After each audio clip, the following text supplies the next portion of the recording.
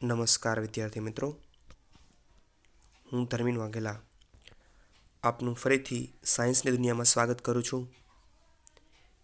મિત્રો, આપણે આજે ધોરણ 8 વિજ્ઞાન વિષયમાં ચેપ્ટર નંબર 9 પ્રાણીઓમાં પ્રજનનનું આગળ અભ્યાસ કન્ટિન્યુ કરીશું.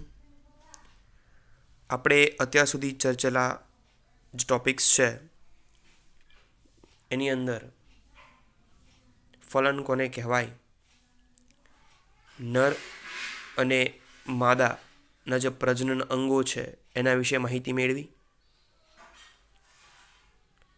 હવે આપણે ફલનનો જે એક પ્રકાર હતો અંતઃફલન, એના વિશે પણ માહિતી મેળવી હતી લાસ્ટ સેશનમાં. આ સેશનમાં આપણે ફલનનો બીજો પ્રકાર જે બાહ્ય ફલન તરીકે ઓળખાય છે એના વિશે વાત કરીશું અને એના વિશે થોડી ઘણી માહિતી મેળવીશું. તો ચાલો શરૂ કરીએ. બાહ્ય ફલન. તો અનેક પ્રાણીઓમાં ફલનની ક્રિયા માદા પ્રાણીના શરીરની બહાર થાય છે. એટલે ફલન મતલબ શું હતું કે અંડકોષ અને શુક્રકોષના મિલનને ફલન કહેવાય. તો એ મનુષ્ય જે છે કે પછી કૂતરા છે, એ બધા જ અમુક પ્રાણીઓ છે, ગાય કે ભેંસ હોય, મનુષ્ય હોય, દરેકમાં અંદર તરફ માદાના શરીરની અંદર થાય છે શુક્રકોષ અને અંડકોષનું મિલન. તો એને અંતઃફલન કહેવાય. પણ બીજા અનેક પ્રાણીઓમાં એ ક્રિયા માદાના જે શરીર છે, પ્રાણીનું શરીર છે, એની બહાર થાય. એને બાહ્ય ફલન તરીકે ઓળખવામાં આવે છે. આવા પ્રાણીઓમાં ફલન પાણીમાં થાય છે. ચાલો જાણીએ કે આ ક્રિયા કેવી રીતે સંપન્ન થતી હશે. એટલે મોટા ભાગના જે પ્રાણીઓ જે પાણીમાં વસવાટ કરતા હોય એની વાત છે કે એ ક્રિયા પાણીની અંદર થતી હોય છે. એના માટે તમને એક પ્રવૃત્તિ આપેલી છે, પ્રવૃત્તિ 9.1, કે વસંત અથવા ચોમાસાની ઋતુમાં કોઈ તળાવ અથવા વહેતા ઝરણાની મુલાકાત કરો અને પાણીમાં તરતા ઈંડા, જે દેડકાના ઈંડા હોય ને, શોધો. એકદમ નાના નાના તમને ઈંડા જેવું દેખાશે. આ ટાઈપની આકૃતિ તમને જે બતાવેલી છે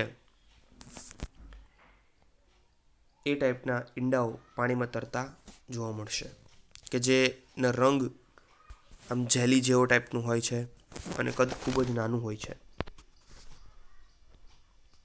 વસંત અથવા ચોમાસાની ઋતુમાં દેડકાઓ તથા ટોડ તળાવ અથવા ધીમેથી વહેતી ઝરણો છે એની પાસે જાય છે. દેડકો જે છે એ ટોડ હોય એનું પુખ્ત સ્વરૂપ, એટલે કે જે વિકસિત સ્વરૂપ તમે કહી શકો એવું છે. જ્યારે નર અને માદા એક સાથે પાણીમાં આવે છે ત્યારે માદા અસંખ્ય ઈંડાઓ મૂકે છે. નર અને માદા જ્યારે પાણીમાં આવે, નર દેડકો છે કે માદા દેડકા, બંને એક સાથે પાણીમાં આવે ત્યારે માદા જે છે એ અસંખ્ય ઈંડા મૂકે છે.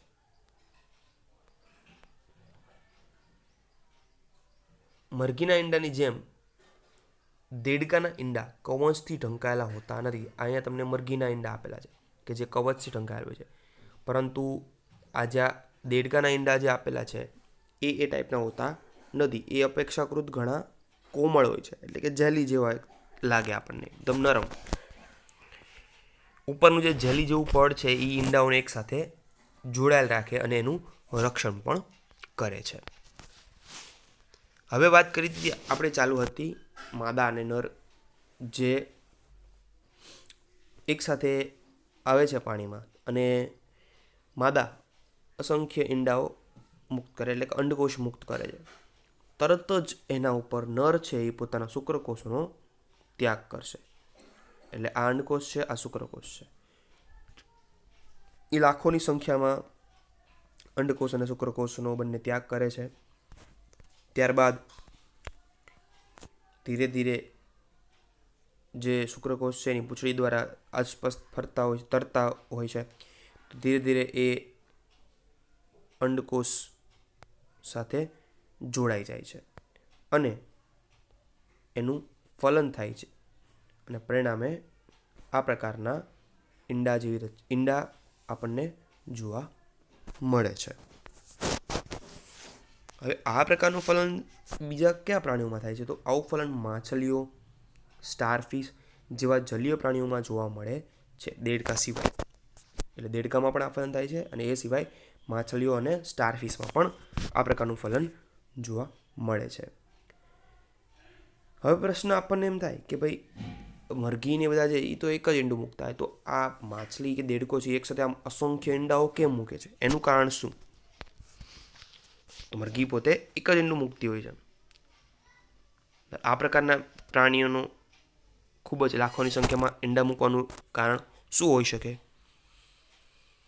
તો આ પ્રાણીઓ સેંકડો અંડકોષો મૂકે છે અને લાખો શુક્રકોષો મુક્ત કરે છે.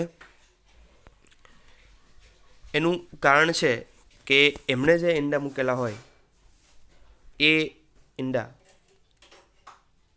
કોઈ એક પ્રોપર જગ્યાએ નથી, બરાબર છે? તો પાણીમાં તરતા હોય તો પવનના કારણે કે વહેતું પાણી હોય એના કારણે એ દૂર ધકેલાઈ શકે છે, એકબીજાની સાથે ફલન થઈ શકતું નથી. એ સિવાય અમુક પ્રાણીઓ છે એનો ભોજન તરીકે પણ ઉપયોગ કરે છે. એટલે જેટલા ઈંડા મૂકે છે એમાંથી અમુક જ ટકા કે અમુક જ ઈંડાઓનું ફલન, અમુક જ કોષોનું ફલન થાય છે અને ઈંડામાં પરિણમે છે. બાકીનું જે છે મોટાભાગના એ એમના વેસ્ટ થઈ જાય છે. એટલા માટે એ લાખોની સંખ્યામાં આ પ્રકારના જનન કોષો જે છે એ મુક્ત કરે છે.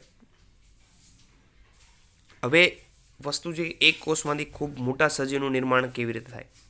એટલે આપણે વાત કરીએ કે ઈંડા જે મૂકે છે તો એ એક જ કોષ છે, બરાબર છે? તો એમાંથી ધીરે ધીરે આખા એક સજીવનું નિર્માણ કઈ રીતે થાય છે?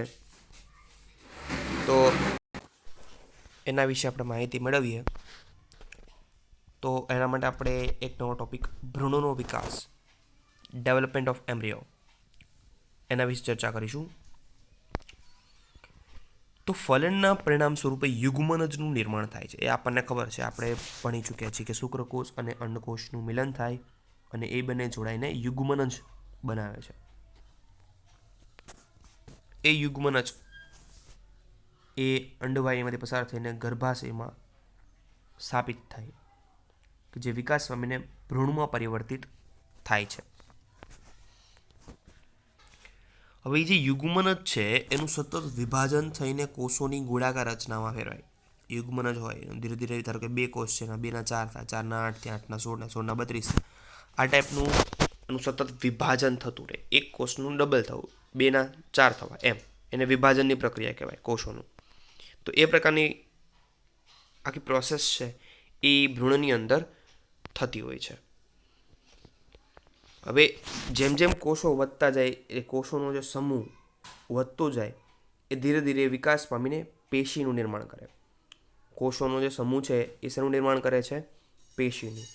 અને પેશી પણ ધીરે ધીરે વધતી જાય એમ અંગો અને અંગરચનાઓનો વિકાસ થાય છે અને શરીરના અંગો અલગ અલગ વિકાસ પામે છે.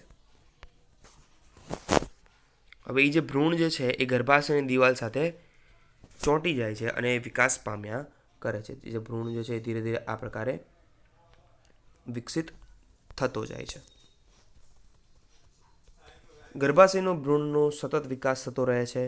ધીરે ધીરે વિવિધ શારીરિક અંગો જેવા કે હાથ, પગ, માથું, આંખો, કાન વગેરે વિકસિત થઈ જાય છે. ભ્રૂણની એ અવસ્થા કે જેમાં બધા જ શારીરિક અંગોની ઓળખ થઈ શકે તેને ગર્ભ તરીકે ઓળખવામાં આવે છે. ગર્ભ કોને કહેવાય? તો પહેલાં ભ્રૂણ અવસ્થામાં તો પછી ભ્રૂણની અવસ્થા જે છે એની અંદર ધીરે ધીરે વિકસિત થતું જાય અને ધીરે ધીરે એના દરેક શારીરિક અંગોની ઓળખ થઈ શકે કે આને પગ છે, આના હાથ છે, એવી રીતે તમે નાક, કાન એ દરેક અંગોની તમે ઓળખ કરી શકો. એ અવસ્થા જે છે એને કહેવાય ગર્ભ.